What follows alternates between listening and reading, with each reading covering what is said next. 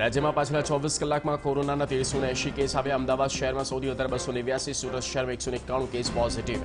રાજ્યમાં વધુ 14 દર્દીના મોત। રાજ્યમાં 1568 દર્દી સાજા થયા।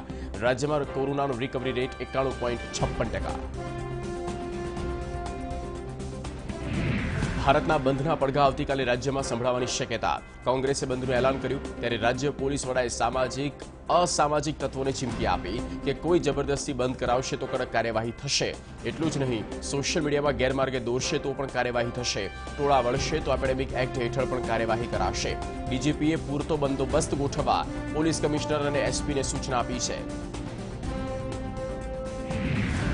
આવતીકાલે ખેડૂતોના ભારત બંધને ગુજરાતમાંથી પણ સમર્થન મળ્યું છે। આ બંધને કોંગ્રેસ અને ગુજરાત સંઘર્ષ સમિતિએ ટેકો જાહેર કર્યો।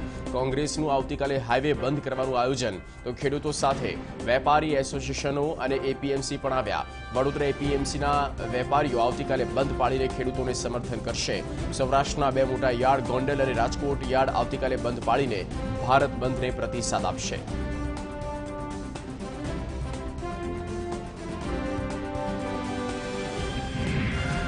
ભારત બંધના એલાનને લઈને ગુજરાતમાં બે ફાટા પડ્યા। કેટલાક સંગઠનો અને વેપારી એસોસિએશનો ભારત બંધમાં નહીં જોડાય અને ખેડૂતોના આંદોલનનું સમર્થન નહીં કરે।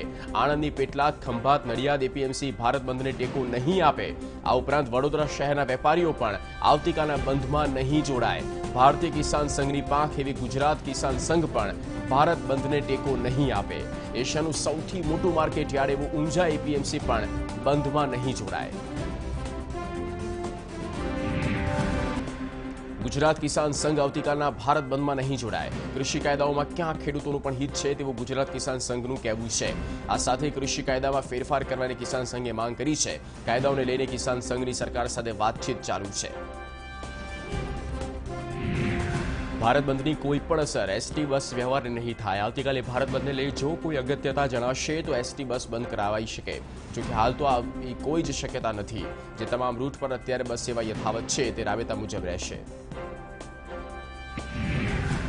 સીએમ વિજય રૂપાણીએ કહ્યું કે આ બંધ એ વિપક્ષનું ષડયંત્ર છે। કોંગ્રેસ દર વખતે પોતાના વલણો બદલે છે। આ માત્ર દેખાડો કરવા માટે આંદોલન કરવામાં આવે છે। કોંગ્રેસ મોદી સરકારને અસ્થિર કરવા માંગે છે। કોંગ્રેસ ઉપર કોઈ ભરોસો નથી, જે ચૂંટણીના પરિણામોએ સાબિત કરી આપ્યું છે અને એટલે જ કોંગ્રેસ દરેક વખતે પોતાના મુદ્દા બદલે છે। છોટાઉદેપુરના કોસિન્દ્રાના કપાસ ખરીદી સેન્ટર પર અધિકારીઓ અને ખેડૂતો વચ્ચે ઉગ્ર બોલાચાલી થઈ। સીસીઆઈના અધિકારીએ કપાસમાં ભેજ વધુ હોવાનું કહેવાતા ખેડૂતો વિફર્યા। જે બાદ ખેડૂતો અને અધિકારી વચ્ચેની તું મેમેનો વિડીયો પણ વાયરલ થયો। ખેડૂતો વિફરતા અધિકારીઓએ કપાસની ખરીદી બંધ કરાવી। જોકે કલાકો બાદ ફરી કપાસ લેવાનું શરૂ કરવામાં આવ્યું। સ્થાનિક સ્વરાજની ચૂંટણીનો વિવાદ ગરમાયો। સુપ્રીમ કોર્ટે ચૂંટણી પંચ પાસે ચૂંટણી ક્યાં સુધીમાં યોજી શકાય તેને લઈ સુપ્રીમ કોર્ટનો ખુલાસો। રાજ્ય સરકારે રજૂઆત કરી છે કે 14મી ડિસેમ્બરે 6 મહાનગરપાલિકાઓમાં સંખ્યાબંધ નગરપાલિકા, જિલ્લા અને તાલુકા પંચાયતની ટર્મ પૂરી થાય છે।